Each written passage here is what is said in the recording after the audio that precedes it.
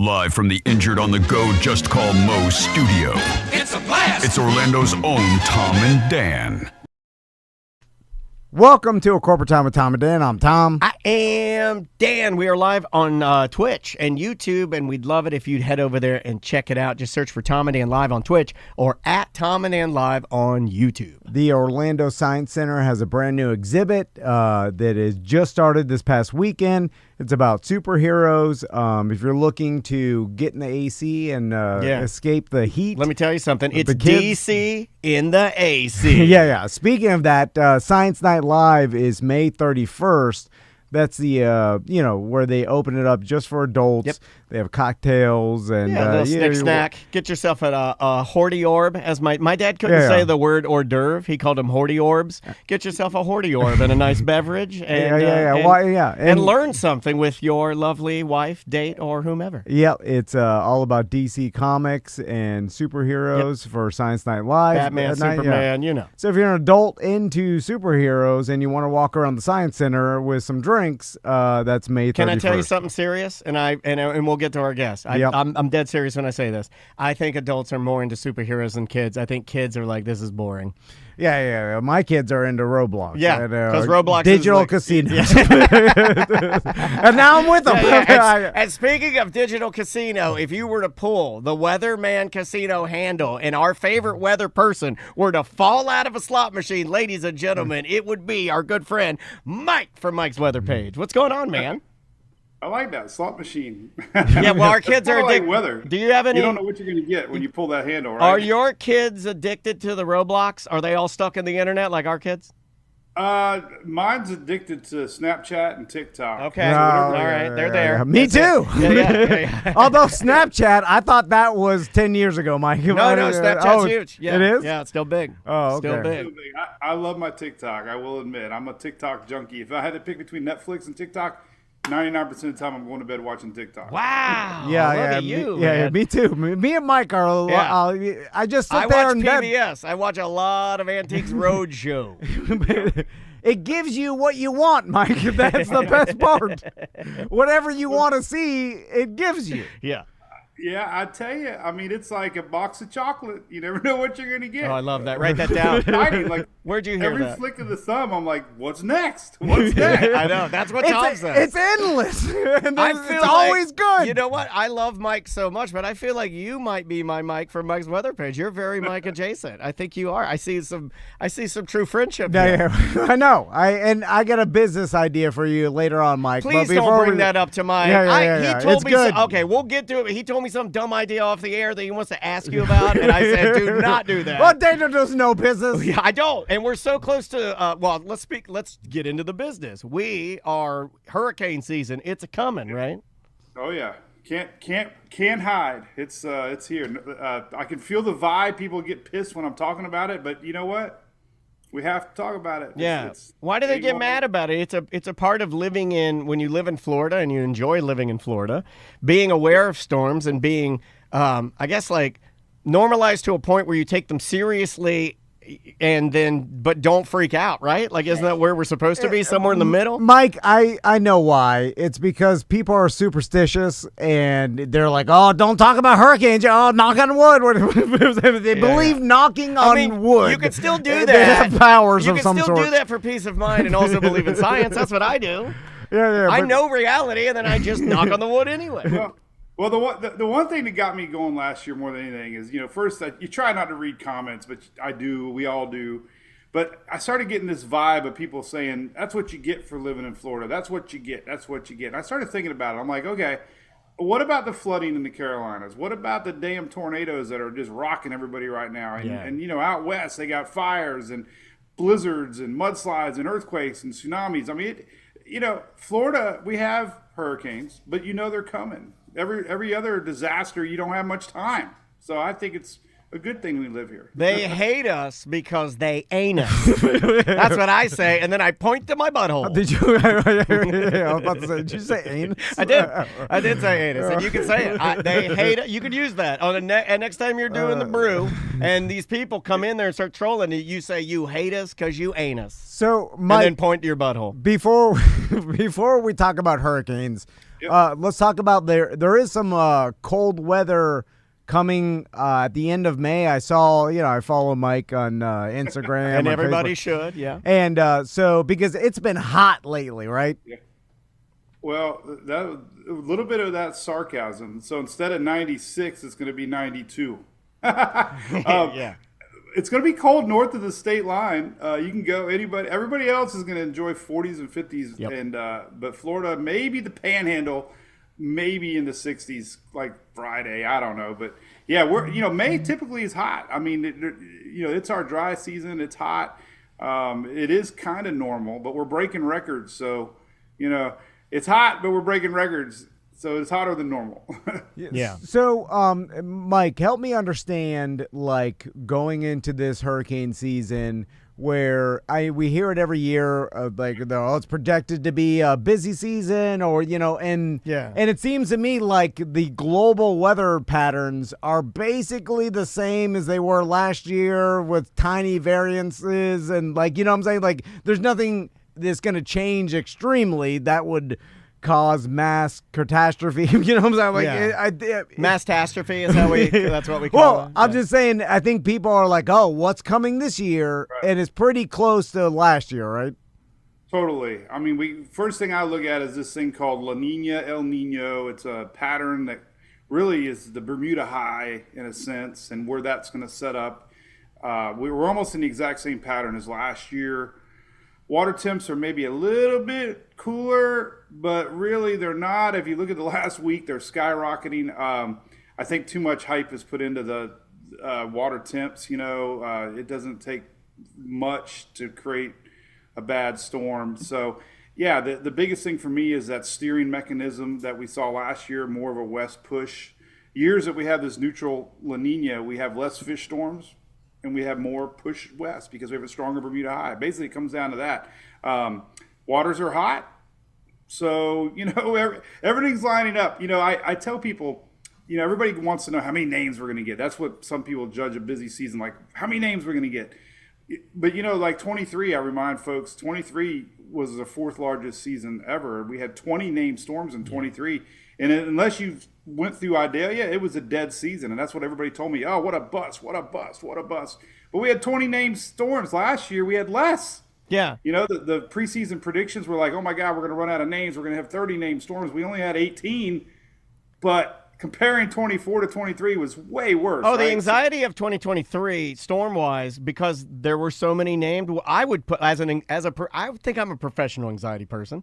I think I can take that credit. And 2023, one would get named, and you'd be like, "Oh God, do we have all our stuff? We're going to lose power." You know what I mean? Like, but last year was different. Now, what I was reading a little bit before you came on about the likelihood of us getting a named storm before May 15th has always been sort of this like marker that some people use. Do you ever use that, or because I know last year we didn't have one, this year we haven't had one? Like, what is your sort of take on that, Mike? Yeah, I think we've had more systems in May than we've had not. Like, right. It's rare that we don't have a system in May. But it really doesn't signify a busy season or not, except it does get the media going. And right. It seems like the years that we have a May storm, it's like, oh my God, it's like breaking news and gets everybody amped up. And then we had this lull in June and July, and everybody thinks it's a dead season. Then all of a sudden, boom, August, September rolls around. Ian, 22, we had a 60-day break from July and August, and everybody was like, oh, the season's dead, it's over, and then bam. So, we have these highs and lows in hurricane season. There's lulls sometimes. We do all these expos early season, but then when it comes down to it, when we need to worry, it's like people forget. It's like learning Spanish for me in school. Unless you use it, you lose it. And I think our peak season, Florida especially, is late season, September, October. And I always say we're in hurricane hangover by then. Everybody's done talking about it, and that's really when things amp up. So, Mike, I want to talk to you about you personally, because I see, I follow you on social media, and I see that randomly you'll be in like conventions in the Midwest and like all around. Yeah, it's cool. Doing weather conventions. Like, tell us about what's a typical weather convention like.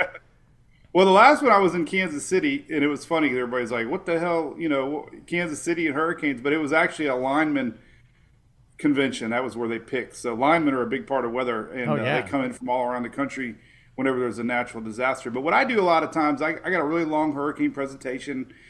Basically, it's talking about, storm impacts, a little bit of hurricane trivia and tidbits, comparing last year's storms, talk about inland effects, just kind of an overall, speech on hurricanes, and maybe open up some eyes to different topics some folks might maybe not thought about. So, we do a lot of these little expos around a lot of my cities over here, and I'm pretty wiped out. I think I've done 10 or 12, and I feel like I'm on the downhill now, and I can just sit in my little chair now for the season. Is there a lot of partying at those conventions? Like, do the weathermen go nuts? Are they like at the pool and they're like, it's tiki party crazy? And then you got guys out there, like famous guys, like cantors out there doing a backflip into the pool. Like, you got all these different like weather people getting hammered and doing the shots. Weather girls are Show me your high pressure system, baby. Yeah, right.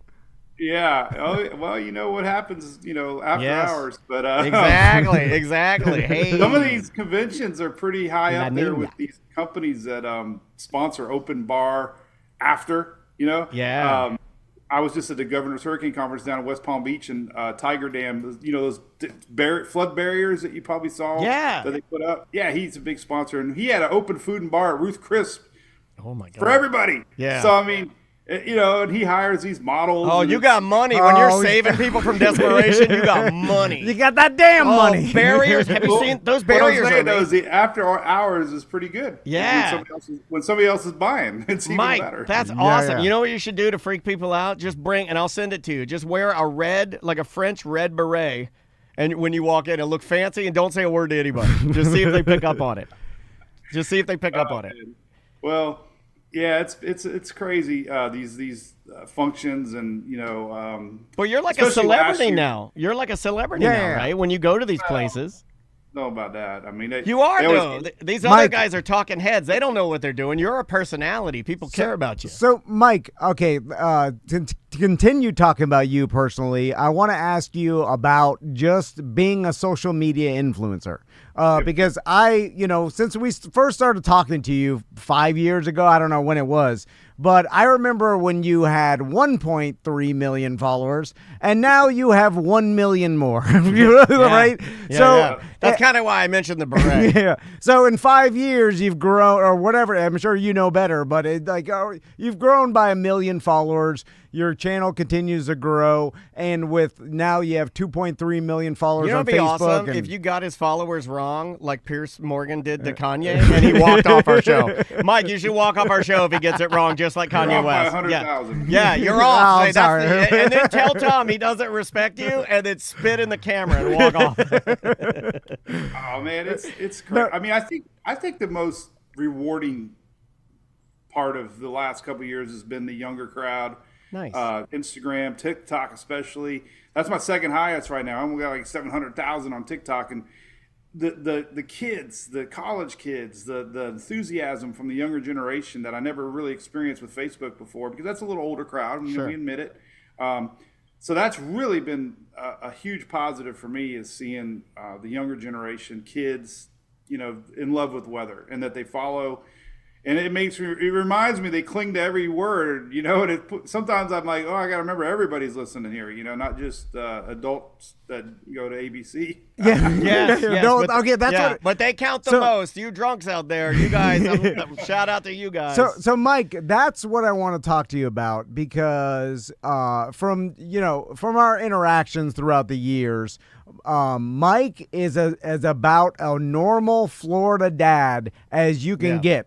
You know what I'm saying? He's a good Florida, weather-loving, RC car racing dad that we care about. As even he likes some NASCAR. Just regular person. Yeah. You know what I'm saying? I say regular. I'm just saying, because a lot of people... Boat in the water, Joe. Yeah, a lot of people on social media, they may have some media background or want to be an entertainer and things like that. And you're not like that, Mike. And I'm curious, with so many followers, and like you said, now with TikTok, that's a whole different animal as far as social media goes. how do you navigate? Because I noticed, like, even some of the posts, you got nicknamed Mike the Hype, and you were making kind of fun of it. But I'm sure you get attacked all the time. You just with such a huge following, you have comes to a swath of negativity. Yeah. Well, I tell you, it's really weird. Like, you would think there'd be a lot of negative interactions, but I can't even count maybe one or two. I can't even think of one time that somebody in person was negative. Right. Like, that doesn't most happen. Folks that follow are like our type. You know, they follow the softball, the dogs. You know, the other day Julie was somewhere with Sarah, and they recognized Sarah. I wasn't even there. They're like, "Hey, you're Mike's." Oh, so that's even cool. Family, that's great. Yeah. So it's been amazing. I will say, it doesn't bother me ever. I love it. People are very respectful. It's scary to me, very scary how people can just recognize me like instantly, like out of state, without a shirt, without any, gear on, just like Mike. So what are you doing out of state without your shirt on? I mean, just out of curiosity, why are you naked out of the state? You're a married dad. We just blew you off talking about you're the greatest dad, and you're telling stories. I was naked out of state. No, without his weather page shirt. I'm messing around. Well, the only social media I'm not on is OnlyFans, so I've been working on that. Hey, you can get on there and just do. You'll make some money, Mike. Yeah, you don't need to do anything spicy. Amanda Bynes is on there now, and she's not. She's just like, hey, I'm over at the mall. That's regular social media. Yeah, well, you got to do a little spicy. No, they don't do any spicy. Like Mike could wear some extra short shorts, sandals. You one could day. wear some short shorts, or maybe just hang the belly out a little bit. That's what I do. Well, when it's the 70s, I can dress for the 70s and have my 70s gear. Yeah, like a big afro wig or something. That'd be fun. So. But yeah, it's been. It hasn't been as hard as you would think, honestly. I really enjoy. Every social platform is a little different. I have found, each one needs a little bit something, maybe a little different, what they like versus other. So I try to mix it up and just, think about that when I'm on X versus Instagram. Yeah, versus, Tom's huge on Rumble. Tom is massive on Rumble. Well, I'm trying to get it popular. Yeah. He's been, and he's got some weird thing where he's got some lady that vomits in a blender and on camera. Yeah, it's crazy. Yeah, Rumble's a weird. Out there. Rumble is a spot. So I think the hardest thing for me is posting on all. Like, I got a routine of 5 things I post on. And hard. I couldn't imagine. There's Blue Sky, there's Rumble, there's whatever, there's Threads. Whatever happened to Threads? Yeah, I'm still on Threads. I connect my Threads to my Truth Social, though. It's just easier that way. It's just easier. So, so Mike, this is where my business plan comes in, and that's why I was making a lot of bad jokes. Take the heat off. And because in speaking, this kind of goes along with Mike the Hype, is somehow. People online, and you're totally right, by the way, it's all online because it's easy to make a comment, and there's people that are like, like they like trolling specifically as their hobby. It's become a hobby. It's crazy. But so somehow, like, people can politicize weather, which is weird. Like, if you just say the truth of, like, here's the broadcast at a computer, and then people are like, and they attack you because you're. But see, and you're like, I'm just reporting how I interpret the facts. And this is the science behind it. But because everybody politicizes everything, you need. Me and Daniel would like to pitch to you. And I just drug Daniel along with this. Yeah, he always just drags me along for his ideas. Under the Mike's Weather Page umbrella, so you don't have to be involved with this. It's Spaghetti Models Premium. Yeah. But we have a political weather. I'll take the right, Daniel will take the left. Well, wait a minute. I look more right. And then all we do is broadcast the weather that you want to hear. But you look liberal. No, we got to switch. I look okay, like... Listen, it's all about the money to me. I don't care. Switch every week. Yeah, no. You're right. But Daniel could take the right and then just broadcast about how the polar ice caps are more ice than ever before. No. I want liberal. It's easier to talk about. No. I take that away. Well, you have to go all scary then. Yeah, all scary. Hot. I'll go. So everything's more ice than ever. Anyway, that I'm telling you, lie. Yours sounds like a lie. The liberal side's way easier. I'm just like, go outside. All right, you know what's happening. The number one comment anymore, and I stay out of it, are vapor trails. chemtrails, yeah. weather manipulation.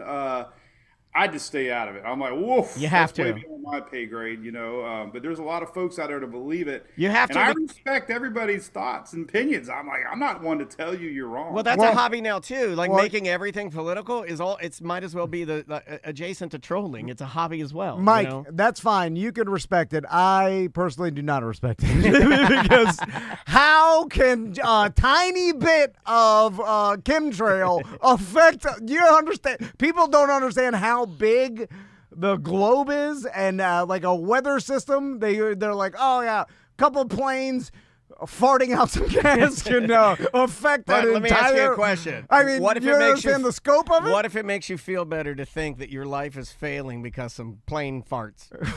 You see what I'm saying? Yeah, but do you understand how big the sky is? Yeah, but think about it. There's relief in plane farts. You know, like you believe in that. You're like, well, this is why I'm not a success. Like planes are farting me up. It's also deep. You go high, and the atmosphere is deep. Anyway. Yeah.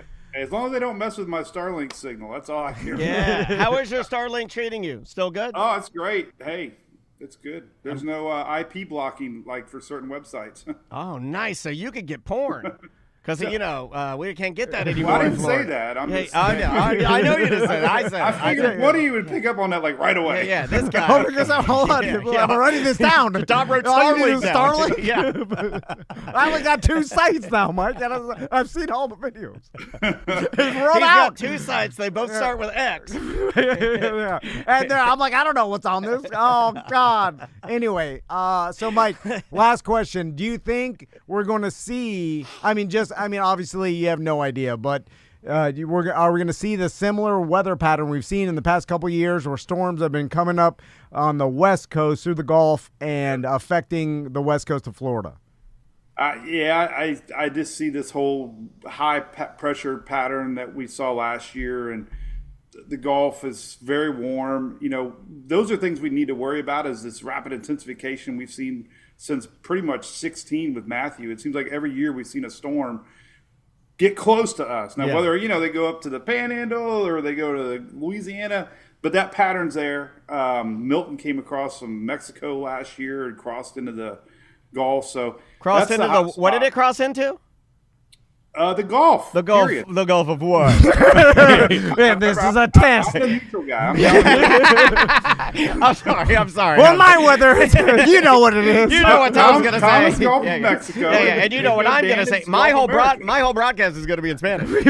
My whole broadcast is in Espanol. So there's another one. So, man, if you're looking for likes or clicks, all you got to do is bring that up, and it's like, oh, my God. Yeah, I know. Yeah. It's terrible, man. You can't even talk about the weather.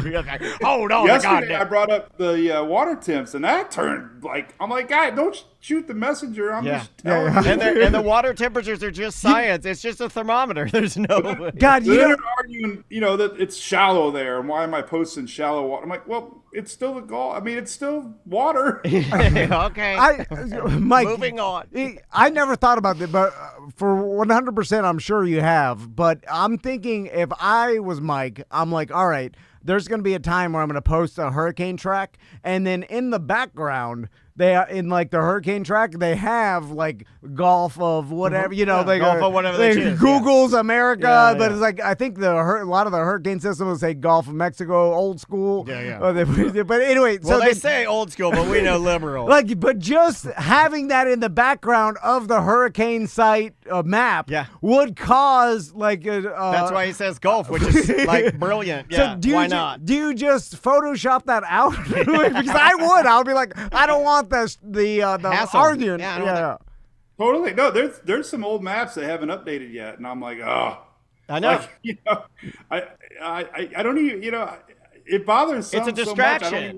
I don't even want to, you don't even want to put it on there. Yeah. Which I don't blame insane. you. I don't blame you at all. You're like, well, I They're all don't. mad. Stupid Gulf of America. One thing socials taught me, and probably you all too, is you really got to think what you say. To the point of everything you say can be twisted 180 the other direction. You didn't even mean for it, and that's the messaging, I guess, that I've evolved, is trying to stay away from adjectives, try to, no agenda, just kind of present things in my own little way and without trying to steer you one direction or the other, and then using my experiences along the way. I mean, one thing storm chasing's taught me was showing what surge is like, inland effects. So when I say, you bring an axe into your attic, now the National Hurricane Center has that on their official surge maps, like put an axe in your attic. So, those are real life, unfortunate. I thought that was just something you yelled at someone you hate. I'll put an axe in your attic.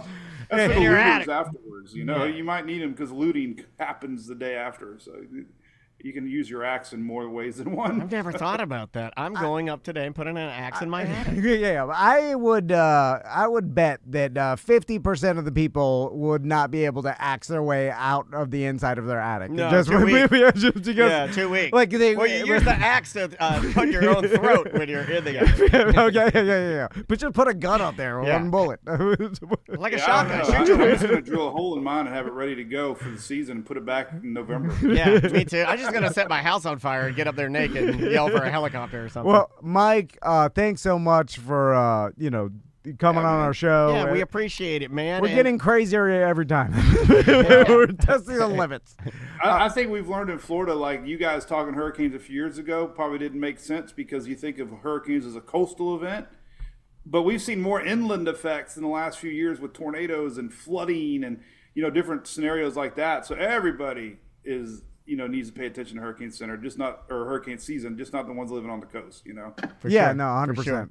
Well, Mike, and again, Mike's weather page, spaghettimodels.com. Yep, go there, subscribe, check it out. It's your one-stop shop for all things hurricane-related in Central Florida and beyond. And we'll check in with you again soon, Mike. Yeah, anytime. And OnlyFans. Yeah, and OnlyFans, exactly. We'll get it going. See you, buddy. Take care. That is Mike from Mike's weather page. It's funny when you have that many followers, it's just, and you're doing a topic like weather. Yeah. Then talk about a spectrum of an audience that's Millions following you. of Like people. everybody relies or is curious about what the weather is going to be like. He's getting tens of thousands actively interacting with him daily when he does the Daily Brew. So he'll be doing the Daily Brew. I mean, the comments, we get a ton of comments on ours. We don't even have a ton of people watching us. They're just very active, right? Yeah. But on his, it's wild. No, I know. Yeah, it's wild. Yeah. That's a whole, different level of humanity, that you have to deal with. And it is interesting that, Mike is just a normal dude, and he has to navigate this weird social media influencer world and the internet. Well, I think everybody thinks he's gonna in some way create a Mike's weather page, like a corporate, I think everybody that has known him for, let's say, 10 years. Yeah. Effectively, has always thought he's going to jump to this new this thing corporate level. And it's just no. He doesn't want to do that. He's just sturdy as a rock, or steady as a rock. The guy is he just likes doing it for himself. Yeah, and which is cool. And that's interesting. It's funny too because which also makes me think it's more of an accurate. Yeah, it's more legitimate because he's not doing it for any reason. Other than he just likes it. No, and it's funny because in the entertainment world, right? It's always been where if you're an entertainer, then you're striving to entertain the most amount of people and turn it into the most success possible, right? Sure. So back in the day, the stereotypical entertainer are like, all right, I want to be the best entertainer. That means A-list movie star, right? And then once you're an A-list movie star, you're in giant movies around the world, and that was the pinnacle, right? So we're all used to that trajectory of people trying to, if you're a comic, you want to get to Eddie Murphy's status. You know what I'm saying? You want to get to the highest level of entertainment. Yeah. But social media now, it's like Mike likes this is his passion, the weather and stuff. He's got a good lane, and he likes building his audience, I'm sure. And but he's not in it to become the biggest social media. He's not Mr. Beasting it. You know what I'm saying? No. That sounds very sexual, by the way. I was Mr. Beasting it last night. Well, Mr. Beast was in it to become the biggest social media influencer in the world and biggest YouTuber, and and he's driven by success. And Mike he's driven by continuing to report the weather and good forecasts. I think when he then says, guys, storm this chase, is he likes what to storm I think, chase, yeah. and then it happens, he's kind of there's a vindication there, and he's like, okay, I used my knowledge and my science, and I connected the dots, and my hunch was right. And he gets a lot of them right. I don't think he hypes at all. I don't even know why he would have that That's just trolls, because there's no way he hypes. If anybody hypes, and you were kind of touching on it when you were talking about actors trying to be the pinnacle, right? Yeah. What's funny is a lot of weather people, lower level weather people, and they could still be meteorologists. Some of those people are actors, which they're good-looking people, and they knew that like being on the news would be a path of being on TV or maybe wiggle their way through. We've known people. Eric Weber, I think, was one of those guys that wanted to be an actor, but he ended up being a great newscaster or a weather person. And so, but then you're not going to get the true forecast because that person didn't want to be a weather person. He is a weather person. Yeah. He's just, and he's good at it, I guess, but he's good at presenting the weather. It's not his passion. Like, Mike's really into it. Yeah. And then, of course, Mike's built a channel. He's got, advertisers and things like that. Yeah. But it's... Shout out to Furman. It's the generators, right? Isn't that his guys? Yeah, he's got but it's not about, like, turning it into a corporation, which you would think you're like, oh, you're turn this into a huge empire and it'll get bigger and like have a ton of employees and offshore. It's like no. Like he doesn't want to do that. It is interesting. And that's what you would think that everybody would want to do, but it's not that. That's not the case. And in the social media world. And you could even, I don't know, you couldn't even put him in the entertainer category really, because it's like he's not necessarily in it to entertain. No, his origin is not of that. Now, he may be entertaining. That's different. I watch a lot of stuff that's entertaining, but I don't necessarily think the origin of it was to entertain. Because I'm weird. Yeah. But I feel like even for us, like you get into radio, your whole purposes are entertaining. Yeah, we present in a more like crazy or what. Like I'm even making jokes in our weather segment because I realize that's our purpose. I think that is right. I look at what I'm supposed to do on the show, and I think, well, man, you better make some jokes today because people need to laugh a little bit. So give it a go, Danny. Yeah, no, I don't think we can offer anything. No. I was waiting for you to suggest something, and I noticed that you were not. Yeah. I don't know. I don't know what else I have to offer. I can go on Mike's weather page and just steal his weather. I'll present can start it to you. stealing weather. Yeah, but what's funny too is like, for him, he's like, and I see on when he makes a post about like, hey, this. Because they have these, the ability to look at the water temperatures. Like there's buoys that are floating that do digital, real-time water temperatures. Yeah, it's cool.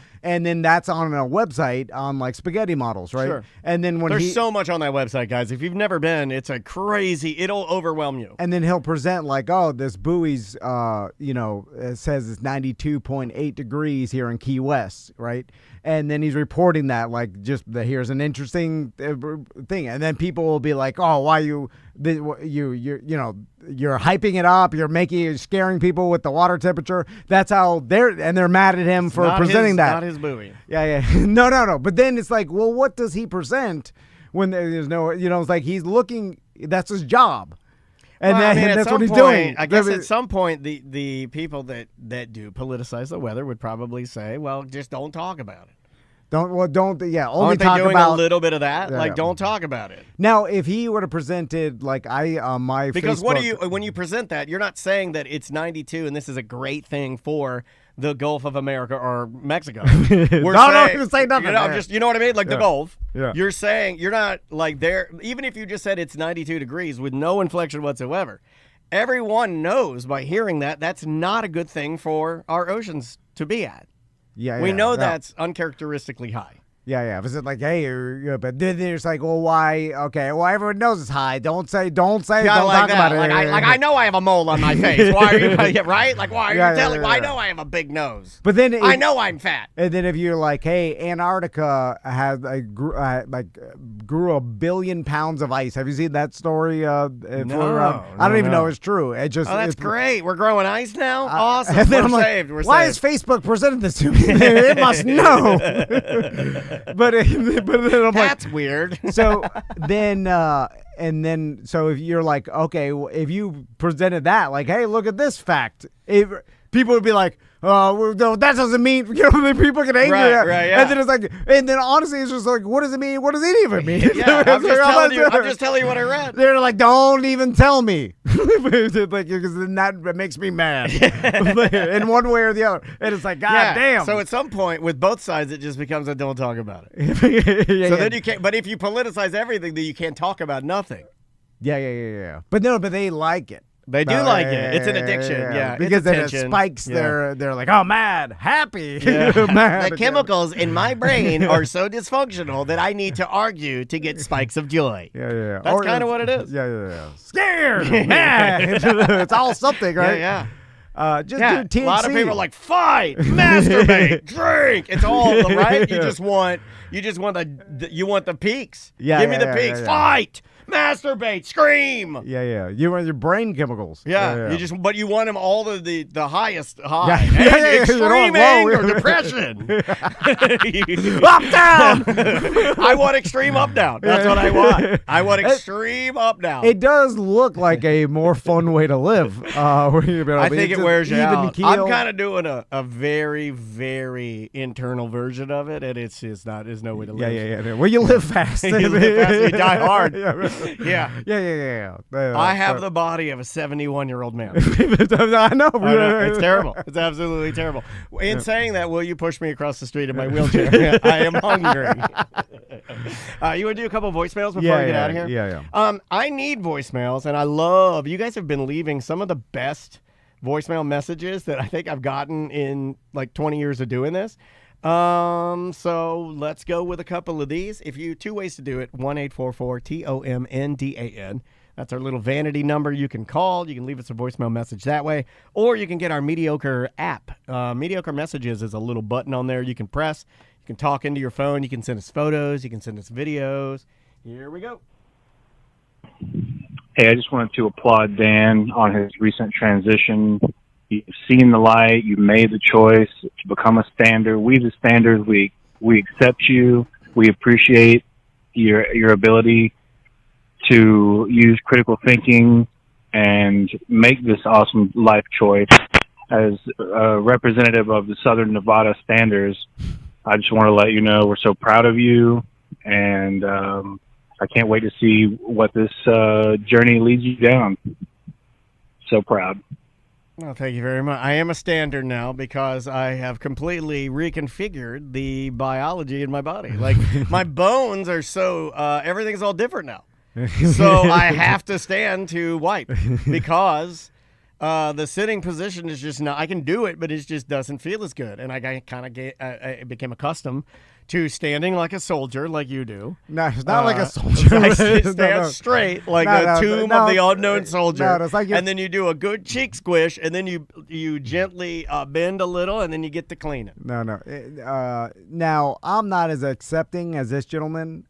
So if you want to come into my What, chapter. Are you gonna make me wear a probate jacket and ride on the back of your motorcycle like some bitch? I'm not riding on the back of your motorcycle like some probate standing bitch. No, I'm not doing that. No, you gotta do some. What do I gotta give you, HJ? Yeah, no, like some frat boy initiations. Okay. I will hold a grape between my bee cheeks, and I'll run down the beach, and if I drop it, I'll eat it. Yeah. And then you gotta do the move where you tie a cinder block. You stand the old school. You stand on the. I don't know about this one. Yeah. You tie a rope to a cinder block, and the other end, do you know what? Your ding dong? Yeah. I've never heard of this one. You could hurt yourself. No, well then you throw it off the second story, and you have to stand there. But the whole it's joke. Not tied. No. The rope is longer. It'll hit the ground with still slack on it. Oh, I've seen those. Then it gets hung on something. And the next thing you know, the guys in the emergency room. It goes through the manhole and the clump kid. Anyway, it would not pull him. It would just rip his genitals off. Yeah. We know a guy that, and I want to dox him so bad, but you've been telling me not to do that anymore. No more first names on the show. I'm fine with it now. Okay. Whopper Jr., Justin Clark of Cigar City Brewery. He's the COO. Let's do one more. Let's go with this one right here. So I've been watching this Diddy trial, and I'm thinking about the idea of, like, you live the first 40 years of your life totally balling out, money, women, you're on TV dancing on yachts, and and then they get you and you got to live the rest of your life in jail. But you also have money, so that jail time is probably not going to be all that terrible. So is there a ratio that you guys would expect, that you would accept, like maybe 50 years free and 10 in jail? Or what, for me, I think I'd take 40-20, and I would enjoy that 40 balling out, dancing with my shiny pants on. What about you guys? I think it's an excellent question. The more I read of the trial, the less I can read of the trial, if that makes sense. How much jail time would you do at the end of your life to just have unlimited Diddy money, or would you just not do it? I'd want to do it early and then jail first. You can't do enjoy jail life after. That's not the bit. No, because the problem is the bit is impending doom. The problem, okay, have to choose. We've talked about this before. If me and you have something to do at like 7 p.m. on a Saturday, right? I can't do it. I can't enjoy my Saturday. Your whole day is ruined, because you're just when we have events like on a Saturday afternoon, like when we do our BDM events. Yeah. The whole Saturday, the girls will be like, "Hey, you want to go to the strawberry patch?" And I can't. I'm like, I can't. I have to stay here. I just look at the clock. Just look at the clock until I go. Yeah. But it's a sickness. Knowing you have to do something later on, always it's worse. Or like you get it over with, then you have the gig in the morning and the rest of your day off. So it's like you want to do, if you had a 10-year jail sentence for unlimited money, you want to do that jail sentence right now and then get out unlimited money, not unlimited money and then the last 10 years jail, because the whole time you're like, oh, God. But he's asking this question. You're going to have to do impending doom. Yeah. No, I wouldn't do it. So you would what, off yourself or? No, well, if you would take the deal. So you would just choose not to do it. I'll just be normal Joe. Yeah, I wouldn't, because Now, what if you had to? What if you had to do it? No, then I'll do it. Yeah. Do I have a choice of how many years would you go? Would you go for a long? I would say go for a long time. At least then you'd get to spend time with your boys. And by the time you're going to jail, you're done. Your hands off. Hopefully they have families. You see what I'm saying? Like Diddy's kids are older. Yeah, he got to spend some time with them. Probably didn't. I don't know what kind of father he is, but he doesn't look like. I don't think he'll get life in prison either. There's murderers that don't get life. So Diddy's not that old. He'll probably get out of jail before he'll do life. But I don't even know. I'm not even following it. But no, I'm not either. Every once in a while, I'll read a little bit about it, but I haven't. Not much. But I did see the Dave Chappelle. I forgot what special it was, or if it was the opening to some sort of award ceremony. But he was in a suit. But he was talking about Diddy's trial, and he was making sure he's like, this guy is in a lot of trouble. I did see that. I saw that. It's a remarkable amount of trouble, and it's true. It's like we're not even scratching the surface on this. And just from it totally. Even if he doesn't get, I don't even, whatever the end, if it goes, it almost seems like it's going to be going on never ending. You know what I mean? Yeah, but even if it goes as good as it could for Diddy, right? His entire career is ruined. No one wants to ever do business or and everything is done. It's the end. Yeah. But I'm sure with so much money, people think that these people don't have offshore money and they're like, now he's gonna be broke. Family has money for them, or this guy has been unloading stuff, and I know they try to freeze asset in the government, the FBI gets involved, but for even way before when his lawyers are like, oh, they're coming to get you, before it even hit the media, you started dumping money into. How come we're not getting any photos of him like we did with Cosby? We're getting those weird drawings where they draw him like Black Snake Moan, and then he's doing the heart emojis with his hands. And I'm like, I want some photos of him, man, so I can make fun of him. I don't know what even state is it in? Is it in California? I don't even know. Yeah, because I'm not following it. They all have different media rules. Every state has a different thing, where media is allowed in the courtroom or not, so I have no idea. But it must be something like that, because for sure. Oh, the judge said no cameras. Okay, that makes sense. Okay, because I was like, this would be a super highly televised court case. Oh my God! Yeah, if this was yeah. there's a reason. I was kind of wondering if we're going to get that. Is it on? It's not televised No. at all. Like so. No, yeah. The judge and we're not even getting little pieces of it, like not even little snippets. On social media, they will report on what day to day. There's social media reporters day to day talking about it. It's in NYC chat room saying. Okay, yeah. Interesting. They must. I'm sure the judge this would be an insane media circus. Just lock this thing down. Yeah, it's a smart thing to do. All right, guys, we will see you tomorrow. Welcome back to A Corporate Time. So, Daniel, what was this story? Okay, so, it's Fringe Week, and we had in a Fringe performer that is doing a show called The Ceremony, which is about microdosing mushrooms and then doing a hero's dose of mushrooms and and there are it's no way there's no way to say this other than drugs are a huge part of our culture, whether we like it or not. Yeah. Whether it's medical marijuana and your recommendation that you can get here in Florida, I have mine, you have yours. We've dabbled with edibles, with toot pens. I'm more of a toot pen guy. You're more of an edible guy, But you and I for years have made the jokes about me. I talk about riding the dragon or riding the lightning when I get 100 milligrams and freaking out, or you have texted me before in the middle of the night on 50 milligrams, and you're like, "What the hell is happening?" Yeah, when you ingest THC, it does have a psychedelic element to it. It can, and it depends on your body chemistry and how sensitive you are to it. So. But for certain people, including myself, I am sensitive to edibles where 10 milligrams will still get me where you good. need to be. Yeah. And I never had to I got to keep on increasing it or whatever. Well, and it's weird because, it makes sense that this would be a thing, but I don't think typically, especially marijuana users, I don't think about this. There are people that claim now, and I'm not using claim to say that they're liars, but there are people now, there are whole Reddit groups of people that have had one interaction with one edible, 10 milligrams or higher. Yep. And now their life is completely altered.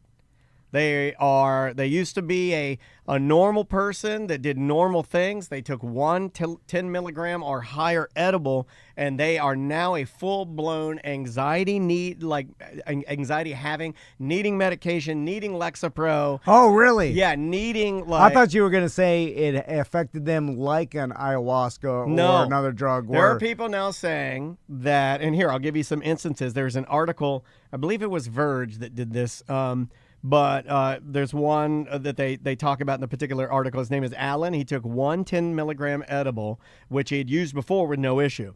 Had what he felt like full body emergency, tongue and throat swelling, racing heart, couldn't swallow, ended up in the ER. The doctor said it was just a basic panic attack. Months later, he's still experiencing vertigo, dizziness, palpitations, tinnitus, throat tightness. He says, I'm really scared this is my new normal and nothing is happening to change it. Lexi, 27 years old, took 10 milligram gummy while watching a movie with her husband, hallucinated the room was moving and enlarging. Her heart rate spiked to 180. She's now experiences derealization. Her surroundings all feel fake, and she feels like she lives in a fake world. Weird. She says, quote, it has completely altered my life. I wish I could go back and never consume this edible ever again. And she has lasting effects. That's weird because, obviously THC has been around for a long time, and you never really heard about any stories like this before. And the more I read into the story, basically what they're saying is that, and look, there's no way of knowing because these are just people on a message board sharing what's happening. But the doctors and the scientists that wrote the article basically are saying is that it is so popular and it is such a part of our culture that people are sometimes dabbling with things that aren't necessarily controlled. You've been beating this drum for years with the illegal or the out-of-state or the recreational gummies. What is 10 milligrams? Can anyone tell me what a standard 10 is? And why is it never a standard 10? But why this doesn't, there's just so much THC use and so much, there's so much money behind, and this, it kind of makes me skeptical of where these stories come from and this really does happen where if they will try to do marketing campaigns, pushing stories. If you have enough money, they do it with politics, they do it with pharmaceutical companies, right? Like just like giant insurance agencies will push stories. It happened with that McDonald's lady that burned herself the hot coffee or whatever. Yeah, that was a whole marketing push by insurance agencies to basically take people's rights away from being able to sue big companies or putting a cap on it, Right. And they're like, look at this, like crazy lady suing because the coffee's too hot.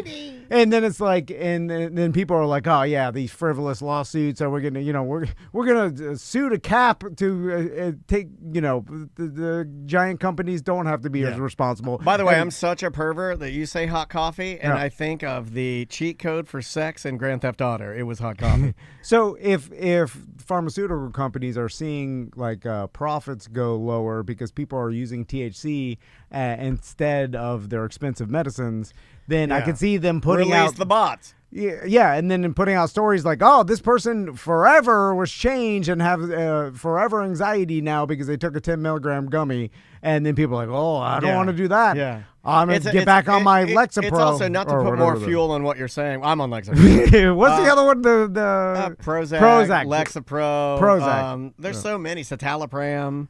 Now, doesn't mean this didn't happen.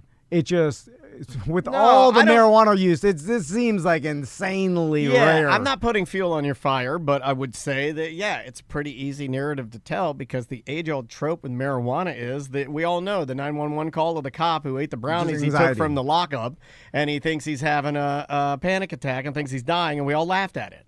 Well, he's having a panic attack, but nothing's wrong with him. No, because he ingested too much marijuana. Yeah, he's just, panicking and having a panic attack, which all these symptoms of panic attack kind of go along with what these people are saying. Now, the prolonged effect of it, is that just their anxiety now and them thinking that this is in their body forever has changed their body chemistry? Because there's nothing that I've ever heard of. And believe me, I'm telling you, pharmaceutical companies would have wanted to do as much research to try to debunk marijuana and not have it being able to, people to use it because they'll make a lot more money. And so it's not good business to have marijuana as free as it is now. And they have never found any negative long-term effects of taking a 10 milligram edible.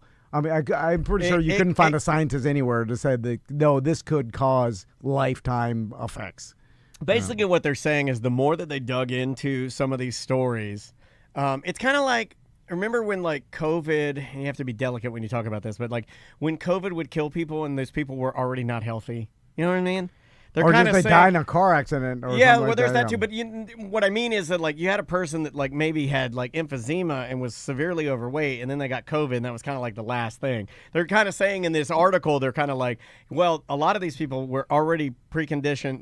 They already had the pre-existing conditions of depression and anxiety. Of course, taking something that literally can add on heaps of anxiety is going to make that. Yeah.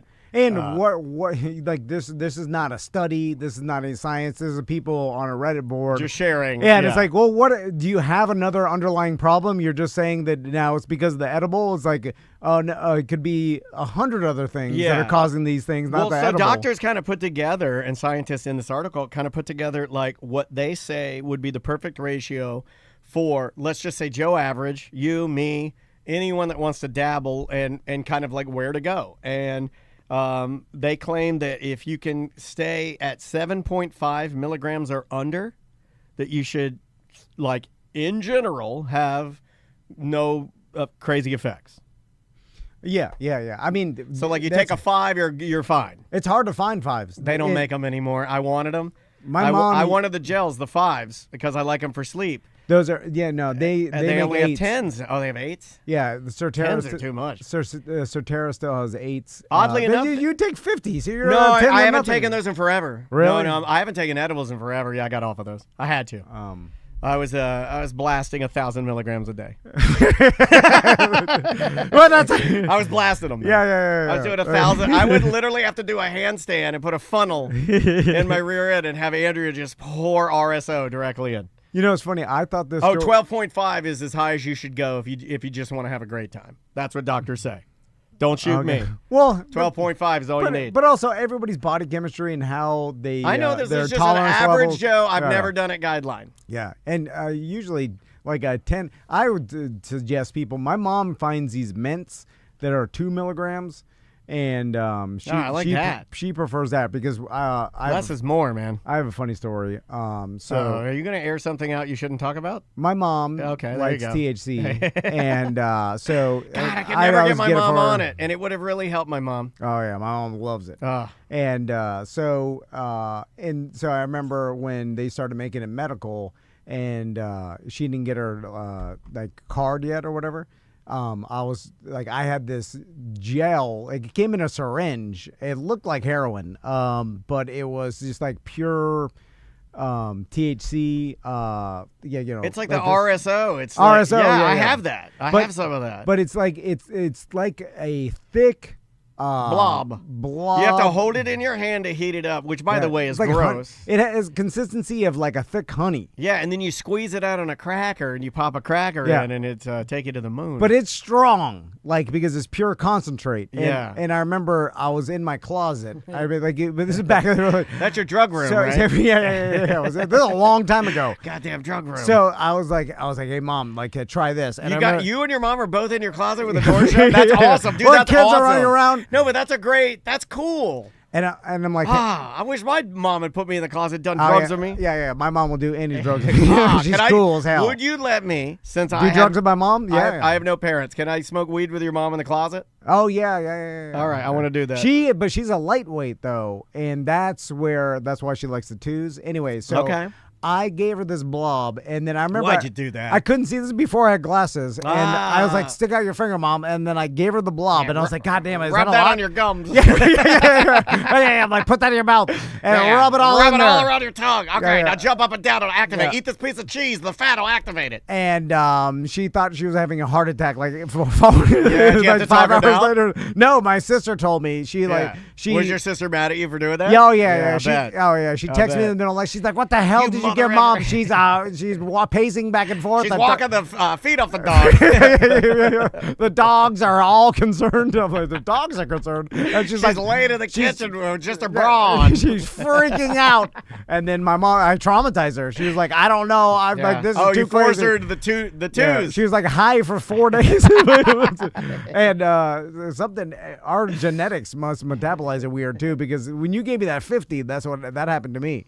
Like I woke up in the middle of the night and I had to pace back and forth. I was like, I know what's happening to me. I'm totally fine. Yeah. But I am having a level 5 panic. I don't get that anymore. Body numb. I'm like, can I feel my heart? I like the feeling. I like to lay there and I feel a shadow man hovering over me, and there's nothing I can do. And he's like, "I'm going to take your pants off." And I'm like, "Nothing I can do, Shadow Man." You got me. You got me this time, Shadow Man. Like, you have a sister?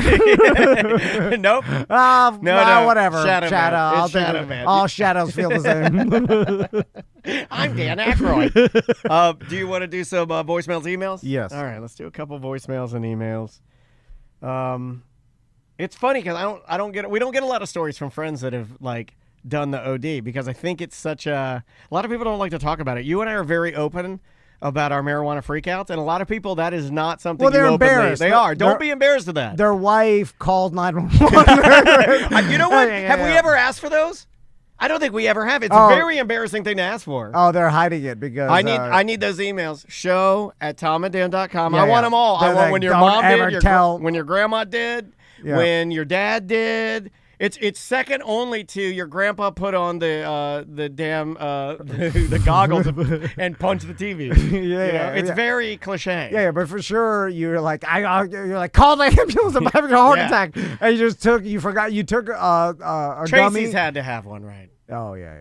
I mean, don't say keeping, people's names. She's keeping, we don't know which Tracy. There's a lot of Tracy. The problem with marijuana is that it affects your memory. So you take the edible, and then 10 minutes later, you're like, I need to take an edible, and you're like, wait a minute, did I just do this 10 minutes ago? And you're like, better safe than sorry. Number 2.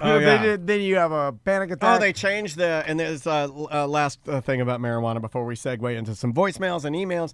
Did you have you bought the gels from True Leave anytime soon? Yeah. Oh yeah. They're in that container that looks like it's like a little cylinder, Yeah. and you have to gently push it. I've never seen a container like this. If you it's a Chinese finger trap. Can I say that? Yeah. Yeah. If you push it hard, it's unopenable. Yeah. If you gently press it like you're literally making love to a woman, Yeah. it will open up. I can't because I'm constantly trying to hide, and then I'm like trying not to make noise Yeah. in my drug drawer. Yeah. And then Chris is like, "Are you taking? Are you in the closet with your mom doing RSO? Is Marilyn in there? I gotta get my mom on the show to talk about that. She freaked out. Yeah, I would love to freak out with your mom. We would have had some fun. But she found these mints. One company makes 2 milligrams, but that's it. I need that. They're all better. getting more than 10. No. I don't need more than 10, dude. What are we doing? We're doing what craft beer did. You know, we're like, it's a triple IPA. Yeah. Because 80%. Like, no. people can't control themselves. Sessionable. Yeah. Like my wife, he can't. Yeah. Yeah, that guy, he's wild. Yeah. There's some people, they're like 200 milligrams. I'm like, God damn, you don't need that much. You're blowing it out. Real talk, I would do 50s. That's as far as I'd go. That's as far as I'd go. You got to dose it small. But back to the original story, I thought this whole thing was going to be taking mega doses of THC and treating it like an experience like you do ayahuasca. I know that sounds ridiculous, but you can get so high that you start to like have a mushroom like experience where you're like in your own head going, your panic attack up, down, whatever, and then when you're done with that, you went through something in your mind, and like your brain chemicals, you're freaked out, like, and that has to have some similar effect than like the hero dose of anytime I've taken, let's just use the same term, not to make this all stoner talk, but anytime I've taken a hero's dose of marijuana,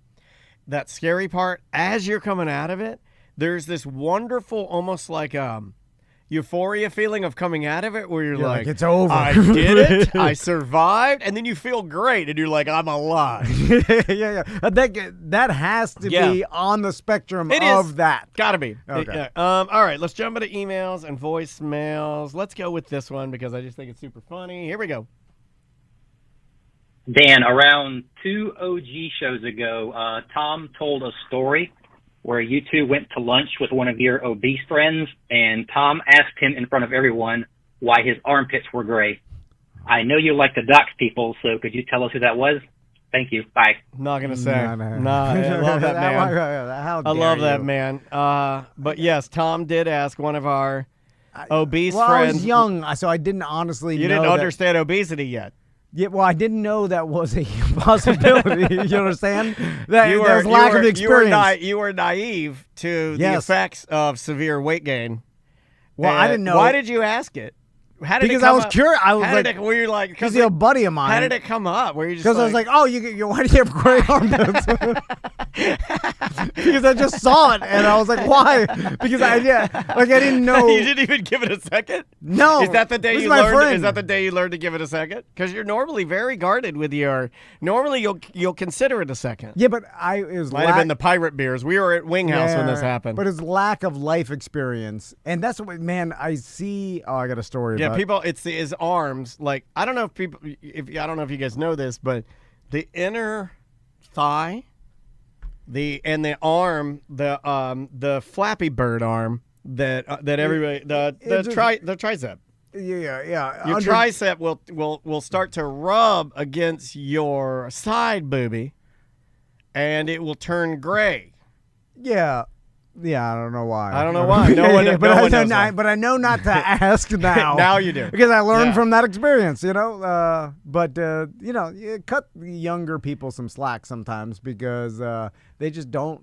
They haven't had the life experience. How to old know you were that young? I was like 23. But 23-year-old's never seen goddamn gray armpits before. You call yourself a man? You've never seen gray armpits? No, I had not noticed that caused. I still don't even know why it caused gray. I see less of it now.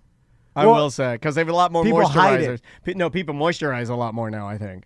And they hide it. They do hide it. What is it like friction? It's friction, yeah. It's a callus. And then, it's calluses. It's a right? callus. You have a callus on your... But why gray? Because it's, it's dyed. The skin is dyed, right? Like a bright red I'd get. No. It does. At first, it is bright red because it's irritated. But the more you do it, the more the bright red dehydrates. So, I was like... And all you're drinking is Code Red Mountain Dew, and it gets gray. All right. That was bad. Let's do this one right here. So I got my identity stolen this weekend. So it was a credit card charge across town from some ATM I've never been to, whatever. So I called my bank and was going through all the process of getting that sorted out. And they have to go through your charges and ask you which ones are legit and which ones aren't. So she's like, CBS. I'm like, yeah, that one's good. She's like, a gas station here. I'm like, yeah, that's fine. And then she gets over and she goes, there's another charge for $10.95 for a two-man Dan. 2-man Dan. And I had to just, in that moment, not address it and just say, yes, that's good. It's all good. But then I started thinking, like, what she must think that charge is all about. Anyway, if Tom ever kicks the bucket first, I think maybe you could change the name Dan. You get one more Dan, add a Dan, and it's still mediocre time with two-man Dan. Two-man Dan, I love it. A mediocre time with two-man Dan. That's funny. That is, you get voicemail of the week, sir. That is fantastic. Oh, my God. Two-man Dan. Also, thanks for being 1095. Did you get your thank you card? Yeah. Nobody got a lot back. Yeah, you know what's the key to... Tons back. I've never seen... Okay. It filled my desk. I'm going to tell a story of something that really bothered me that you don't know about. But we sent out to our 1095 listeners, and God bless you. And if you'd like to be a 1095 listener, we appreciate you. It really helps the show. Yeah, 1095 BDM membership at Tom and Dan. Yeah, we have a love meter there. You can sign up. You get extra shows, extra parties. And some people choose because maybe they're a little more well-off, or maybe they love the product, or maybe they feel, like they got to do it, and goddamn, we love it. But they will subscribe for $10.95 a month. And we sent out a bunch of handwritten cards. I know you spent a lot of time writing a personal message to every single 1095er, and then we put like a little gift in there. It was a lottery ticket for you to scratch and hopefully win something, just something fun, just something nice. And we sent like hundreds of them away. Yeah. Okay. And and then we get a smattering of them back, and then we get more and more of them back. But we got one back, and we got it back 3 times because we kept sending it out, and that one bothers me the most. The fact that we've sent it 3 different times, is the epitome of bad at business, right? Like that's real bad. Well, the address, I put down the address, and the suite number's off. Suite B. What happened to mail people guessing? Yeah, just put it in a slot. Hey, let me give a shout out to our mail guy here and to our UPS guy. A lot of our listeners are dumb and they get the address wrong. And we have a unit, unit A. We do. We had Suite A. I say Suite. Unit sounds just bobo. Just say Suite. Follow me. And then but our guys know. They'll be like, oh yeah, that's Tom and Dan. And they'll they won't just be like, I don't know the Suite, leaving it here. Like what? Why are you doing that? Return to sender. You know who it goes to. You probably know. Just put it in there. All right. All right. We're gonna go. Oh crap. All right. All right. Bye bye.